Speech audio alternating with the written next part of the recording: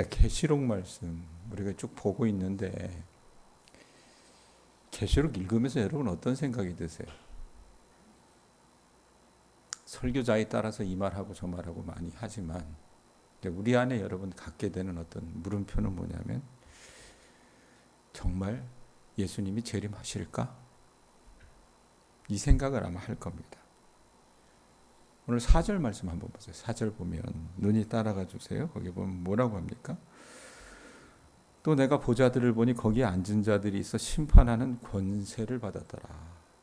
또 내가 보니 예수를 증언함과 하나님의 말씀 때문에 목배임을 당한 자들의 영혼들과 또 짐승과 그의 우상에게 경배하지 아니하고 그들의 이마와 손에 표를 받지 아니한 자들이 뭐 한다 그래? 거기 보면 살아서, 예? 살아서 그래 놓고 뒤에 보면 어떤 말이 따라오고 있습니까? 그 사람들이 살아서 어떻게 한대요? 그리스도와 더불어 1000년 동안 왕노릇한다라는 이 표현이 있어요. 그리스도와 더불어 1000년 동안 왕노릇한다 하는 이 표현 때문에 이 개신교 안에서도 여러 이 견해가 다양해서 분파가 나누고 이단으로 정죄하고, 예? 정죄받고 이런 일들이 많았습니다. 1000년 동안 왕노릇한다라고 하는 이 표현을 두고 1000년 왕국이 지난 후에 예수님께서 재림하실 거야 말씀에 있는 것처럼, 근데 그걸 단적으로 얘기하는 사람들이 이걸 후천년설이다. 1000년 왕국이 지난 후에 주님이 재림하신다. 이런 견해가 있고 또 1000년 왕국이 시작되기 전에 예수님이 재림하셔. 이래서 어떻게 해요? 앞전자 붙여가지고 전천년설.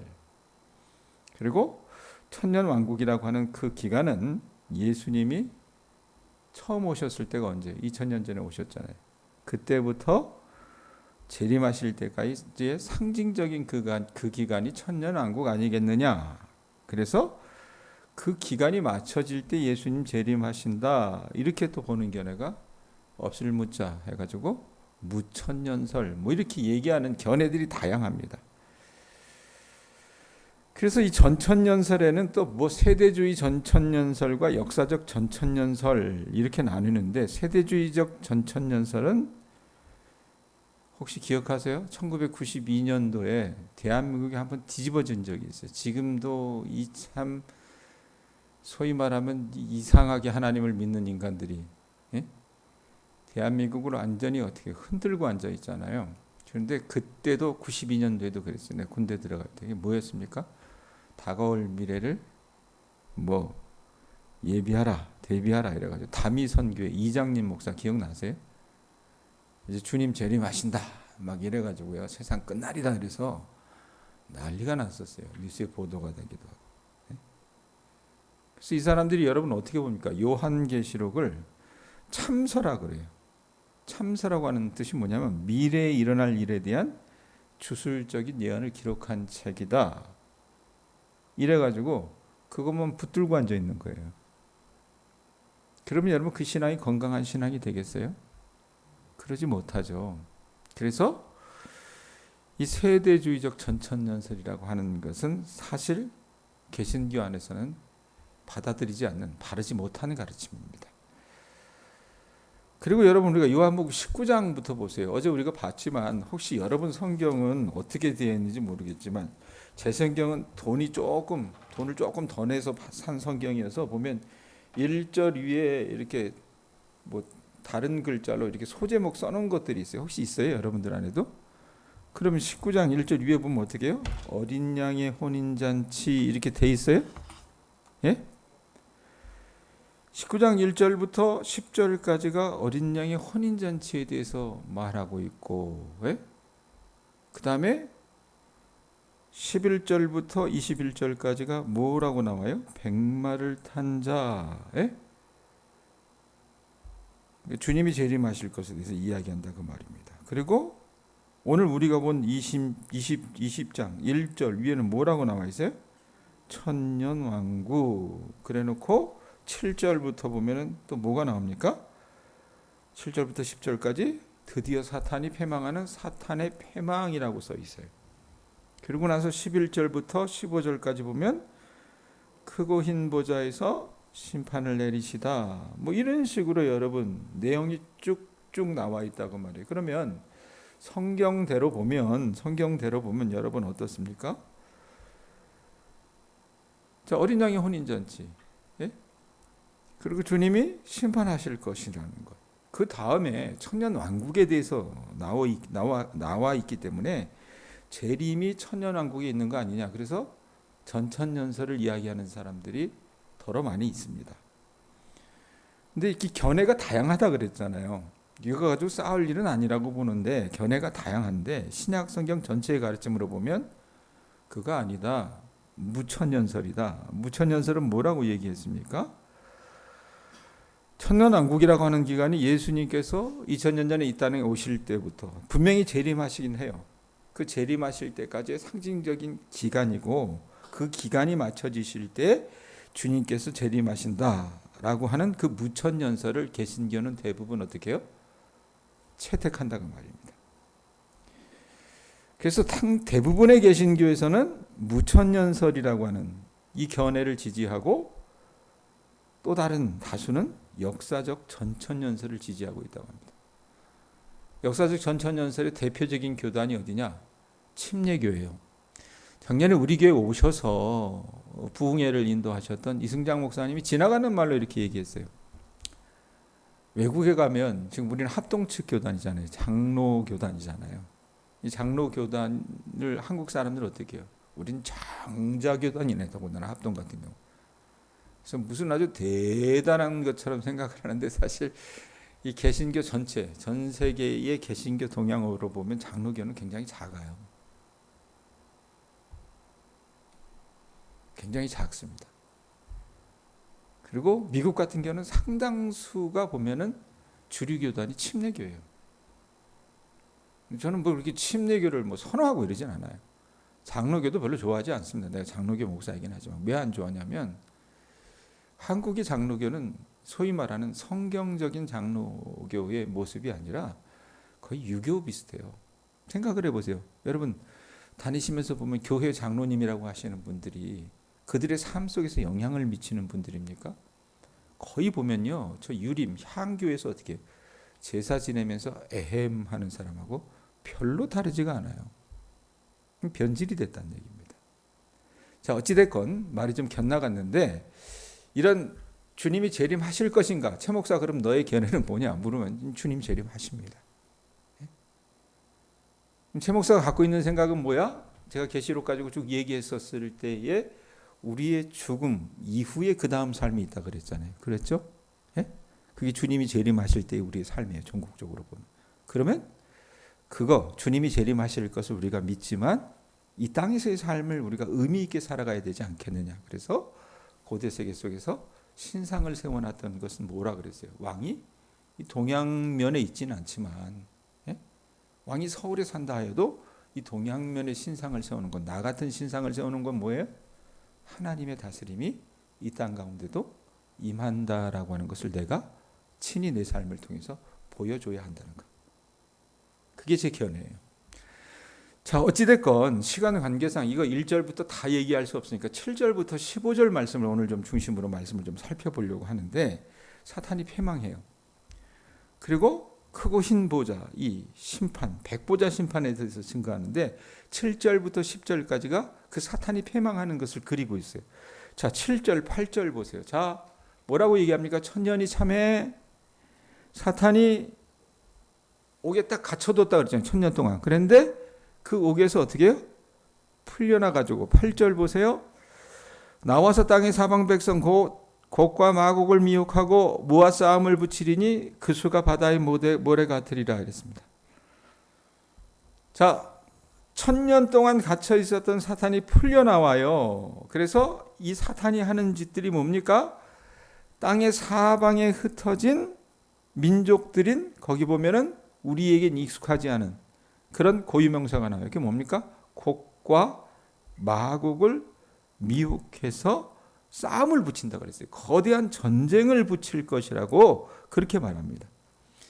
이 곡과 마곡은 뭐냐면 에스겔 38장에 나오는데, 마곡은 로스와 메색 두 발이 있는 그 지명을 마곡이라고 얘기하고, 이 곡은 그 마곡 땅을 다스리는 왕을 말해요.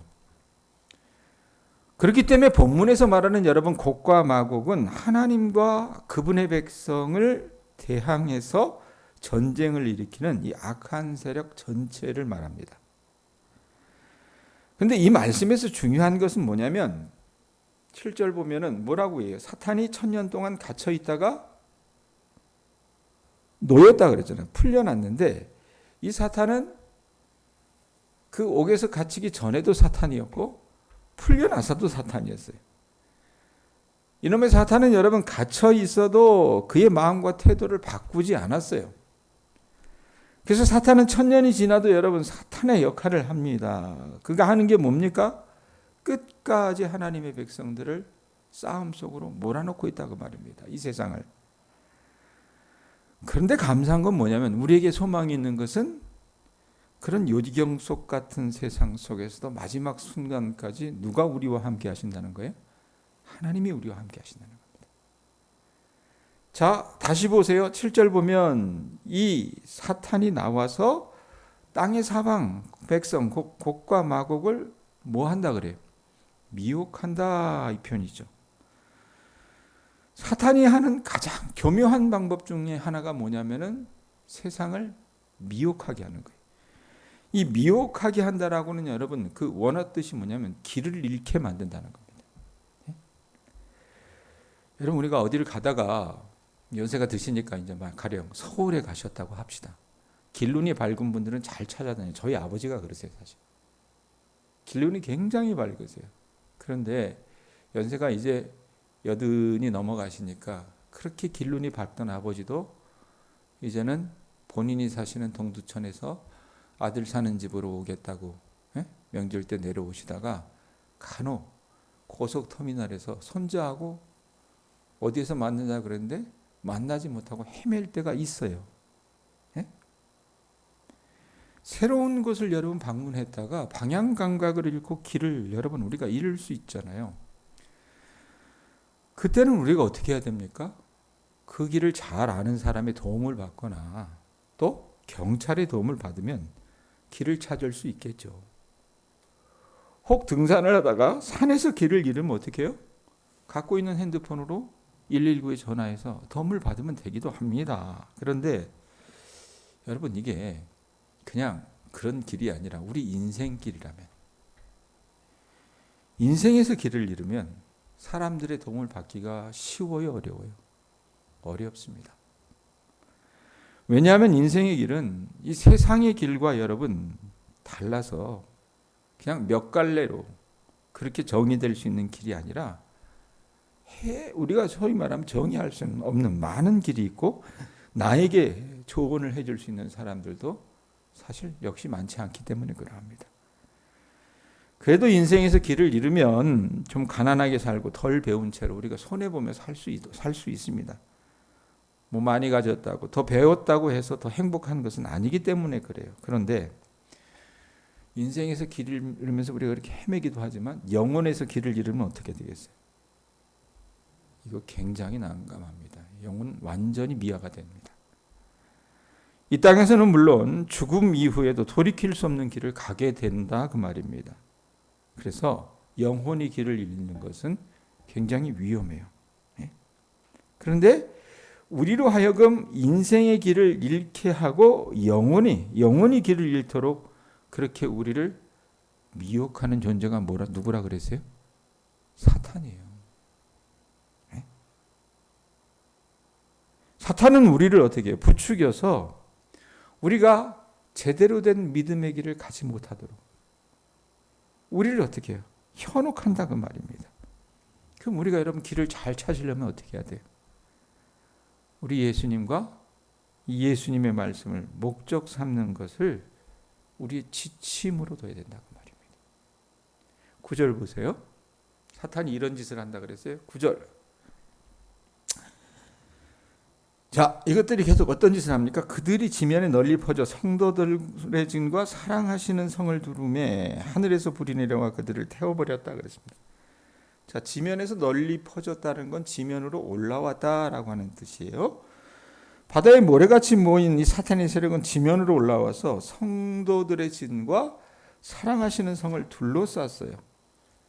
이 말씀은 여러분 우리가 혹시 기억나시나 모르겠는데 열왕기하 6장의 말씀을 연상케 하는데 열왕기하 6장에 보면 누가 나오냐면 엘리야가 가르쳤던 소위 말하면 엘리야의 사역 계승자 엘리사가 나옵니다. 이 엘리사 선지자가 활동하던 시대에 이 북이스라엘을 괴롭혔던 아주 어떻게 보면 가시 같은 존재가 되는 나라가 있었어요. 그게 뭐냐면 아람이라고 하는 나라였습니다. 예? 그래서 이 아람이 껐득하면 어떻게 해요? 이 북이스라엘을 침략을 하는 거예요. 그런데 하나님께서 이 북이스라엘에 누구를 보내주셨어요? 엘리사라고 하는 선지자를 보내주셔서 이 아람이 침략할 때마다 그들이 침략하는 것을 북이스라엘 왕에게 엘리사가 이야기를 해서 그들이 침략하는 것이 발각이 되고 이 아람이라고 하는 못된 나라의 어떤 꾀가 이루지 못하게 했습니다. 하나님께서 엘리사 선지자를 통해서 그 군대가 어디로 가는지를 다 알려주셨기 때문에 그래요. 그러니까 아람 왕 입장에서는 어떻게 하겠어요? 열이 받죠? 예? 그래서 자기가 이 북이스라엘을 침공하기 위해서는 해야 되는 게 뭐 있겠어요? 자기가 오는 길을 엘리사가 다 알려주니까 이 엘리사를 먼저 드자비하자. 그래가지고 엘리사가 머물렀던 도단성을 포위를 해요. 아침에 엘리사 선지자의 소위 말하면 그 제자 중에 하나였던 게하시가 사환이었던 게하시가 딱 아침에 딱 일어나 나가 보니까 도단성 주변에 뭐가 있어요? 아람 왕의 말과 이 병거가 어떻게 성 전체를 포위하고 있었어요.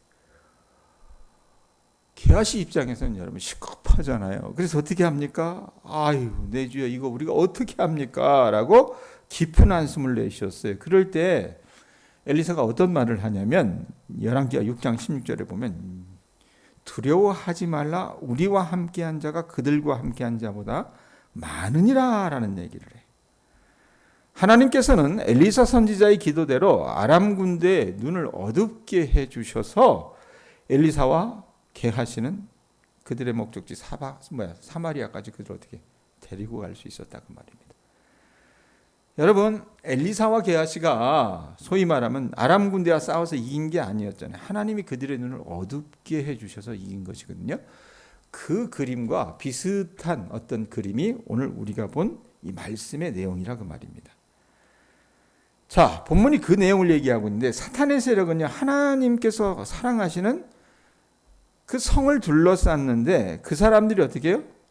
불을 질러서 이긴 것이 아니라 하늘에서 여러분 뭐가 내려왔다고 얘기합니까? 다시 보세요. 하늘에서 뭐가 내려왔다 그래요? 거기 보면 9절에 뭐라 그래요? 불이 내려와 그들을 태워버렸다 그러잖아요. 예? 하늘에서 불이 내려와서 사탄의 세력을 태우시겠다고 말씀을 하세요. 그거 보면 여러분 하나님은 어떻게 해요?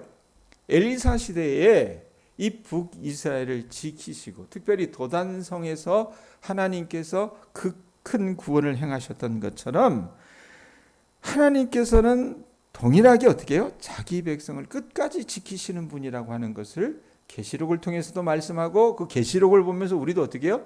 안위를 얻는다 그 말입니다. 자, 10절 보세요. 또 그들을 미혹하는 마귀가 이제는 어떻게 돼요? 불과 유황못에 던져지니 거기는 그 짐승과 거짓 선지자도 있어 세세토록 밤낮 괴로움을 받으리라. 자, 마귀가 이제는 어떻게 합니까? 영원히 심판받아요. 영원히 괴로움 받으며 거하게 되는 곳이 어디입니까? 불과 유황못이라고 말씀을 하세요. 사탄을 비롯한 그 짐승들, 거짓 선지자들, 악의 근원은요 마지막에 어떻게 해요? 종국에는 멸망한다는 것이 하나님의 말씀의 선언이라 그 말입니다. 하나님의 교회는요 세세토록 밤낮 하나님을 찬양하게 되지만 교회를 미혹하는 그 마귀는 말씀에 있는 것처럼 어떻게 됩니까? 다시 보세요. 10절에 보면 그 미혹하는 마귀가 불과 유황못에 던져지니 이래놓고 거기는 짐승과 거짓 선지자도 있어 이래놓고 어떤 말이 여러분 따라붙어요? 세세토록 밤낮. 예? 교회를 미혹하는 그 마귀는 세세토록 밤낮 괴로움을 당하게 될 것이라고 얘기한다 그 말입니다. 과거에 이 여러분 마귀는 교회 이 성도들에게 일시적인 고통을 주었지만 이제 그 마귀라고 하는 존재는 어떻게 해요? 영원한 심판을 받게 돼서 불과 유황못에 던져져 영원한 고통을 받게 된다는 얘기입니다. 그러고 나서 11절에서 15절에 그리고 있는 것이 이 크고 흰 보좌 심판, 이 백보좌 심판에 대해서 말합니다. 자, 11절 보세요. 또 내가 크고 흰 보좌와 그 위에 앉으신 이를 보니 땅과 하늘이 그 앞에서 피하여 간데 없더라. 자, 땅과 하늘은 여러분 흔적조차 사라져 보이지 않는다라고 이렇게 기술을 해요. 그래놓고 사도 요한에게 여러분 유독 또렷하게 보이는 것이 하나 있었어요. 이게 뭡니까? 11절 앞부분에 보면 뭐라고 얘기해요? 크고 흰 보좌와 그 위에 앉으신 분이 보였다 그래요. 여러분 크고 희다라고 하는 것은 하나님의 그 권세의 웅장함과 하나님의 영광스러운 임재를 의미해요. 이것은요 어제도 제가 말씀드렸지만 사도 요한이 AD 96년에 이 요한계시록을 썼을 때 그때 당시 이 근동아시아를 여러분 통치하고 있었던 나라는 뭐라 그랬어요? 로마라 그랬고 로마의 황제는 도미티아누스 황제라 그랬는데 그 도미티아누스 황제의 극심한 박해 아래에 있었던 그 그리스도인들에게 여러분 중요한 내용을 말하고 있는 거예요. 당시 세상 사람들은요 세상의 통치와 최종 심판은 이 로마 황제의 보좌에서 나온다고 생각을 했어요. 그러나 사도 요한은 뭐냐면 로마 황제의 세상 보좌가 최종 결정을 내리는 것이 아니라 그 위에 뭐가 있어요? 11절 앞부분에 보면 뭐가 있다고 그랬어요? 크고 흰 보좌, 하나님의 보좌가 있다라고 말하고 싶었던 거예요. 예? 12절 13절 보세요. 자, 또 내가 보니 죽은 자들이 큰 자나 작은 자나 그 보좌 앞에 서 있는데 책들이 펴 있고 또 다른 책이 펴져 있으니 곧 생명책이라. 죽은 자들이 자기 행위를 따라 책들에 기록된 대로 심판을 받으니 13절 바다가 그 가운데서 죽은 자들을 내주고 또 사망과 음부도 그 가운데서 죽은 자들을 내주매 각 사람이 자기 행위대로 심판을 받는다라고 해요. 자, 요한이요 환상을 보는데 죽은 사람들이 지금 11절에 말했던 것처럼 뭐예요? 그 백보좌 앞에 서게 되는 겁니다. 예? 그런데 그 백보좌 앞에 서게 될 때에 두 가지 종류의 책이 하나 우리 예수님 앞에 들려져요. 그 중에 하나가 뭡니까? 예? 하나가 생명책이고 또 다른 하나는 뭐냐면 자기 행위를 따라 기록된 책이었습니다. 자, 어떤 그리스도인들은 말하기를 성도들은 믿음을 따라 판단을 받고 불신자들은 그들의 행위를 따라 심판받는다라고 얘기하는데 성경은요 모든 사람들이 어떻게 해요? 그들이 이 땅에 살아갈 때 자기 행위를 따라 기록된 대로 판단을 받는다고 얘기해요. 그러니까 예수 믿는 사람들은 그 삶이 어떠했는가에 따라서 어떻게 해요? 내가 이 땅에서 어떤 삶을 살았는가에 따라서 우리 백권사님이 상급을 받을 수 있고, 예? 불신자는 그 행위를 따라서 심판을 받게 된다고 말입니다. 자, 그랬을 때 14절 15절 어떻게 결론을 맺습니까? 사망과 음부도 불못에 던져지니 이것은 둘째 사망 곧 불못이라. 누구든지 생명책에 기록되지 못한 자는 불못에 던져지리라. 자, 사망은 뭔지 알겠죠? 음부는 뭐냐? 죽은 자들이 거하는 곳, 지옥이라고 보시면 될 것 같습니다. 근데 본문은요, 이 사망과 음부를 같은 의미로 생각을 해요. 그러니까 사망 즉 음부, 사망은 지옥, 이런 식으로 해석을 할 수 있다고 말입니다. 자, 죽음은 여러분 인간에게 있어서는 가장 무서운 대상이에요. 그래서 사람들이 어떻게 해요? 죽고 싶다라고 입으로 말하긴 하지만 죽지 않으려고 얼마나 발버둥칩니까? 네? 그런데 여러분 그 사망조차도 말씀에 있으면 어떻게 말씀해 보면 뭐라고 얘기합니까? 그 사망과 음부도 어디에 던져진대요? 불못에 던져진 이르면서 둘째 사망 곧 불못이라고 이야기해요. 그러니까 사망이 죽음을 맞이하게 된다라고 이야기한다 그 말입니다. 생명책에 기록되는 것과 그렇지 못한 것에는 여러분 차이가 있어요. 어떤 차이냐? 우리가 하나님의 나라 천국을 믿는다는 것은 여러분 곧 지옥도 믿어야 된다는 거예요. 예? 우리가 여러분 혹이나 들어보셨을지 모르겠지만 영국의 유명한 작가 셰익스피어라고 하는 사람이 있어요. 이 사람이 어떤 말을 썼냐면 겁쟁이는 죽음에 앞서 몇 번이고 죽지만 용감한 사람은 한 번밖에 죽음을 맛보지 않는다라고 말을 했다고 합니다. 그래서 약간 여러분 무모하게 보일 정도로 용기를 내는 것을 표현할 때 어떤 사람들이 어떤 말을 해요? 야, 한 번 죽지 두 번 죽냐? 이 말 해요 안 해요? 하죠. 예? 여러분 그런데 오늘 말씀해 보면 성경은 어때요? 두 번 죽는다고 말해요. 그래서 여러분 이 퓨리탄 청교도들이 복음을 전할 때 사람이 두 번 태어나면 한 번 죽고 한 번 태어나면 두 번 죽는다라고 얘기합니다. 자, 두 번째 죽음에 대해서는 우리가 내일 말씀에서 살펴볼 거예요. 자, 정리합니다. 여러분 하나님께서 우리의 삶에 따라서 판단하시고 상급을 주시는 분이세요. 그거 알죠? 예? 그리고 하나님을 외면하고 우리 욕망과 세속적인 가치관을 따라 살면 여러분 우리에게도 뭐가 있어요? 심판이 있어요. 예? 영원한 죽음이 있다는 것을 여러분이나 저나 우리 중심으로 믿는다면 우리가 해야 될 건 뭡니까? 이 하나님의 말씀에 귀를 기울이셔야 된다는 얘기입니다. 여러분의 매일 삶이 어떻게 해요? 예? 이 하나님의 말씀을 지침 삼아서 살아갈 수 있는 삶이어야 된다 그 말입니다. 그래서 훗날 우리 교우들이 정말 생명책에 기록된 주님의 자녀들이 되어서 잘하였도다 착하고 충성된 종아라고 하는 칭찬을 받는 모든 주의 자녀들이 되실 수 있기를 바랍니다. 기도하겠습니다.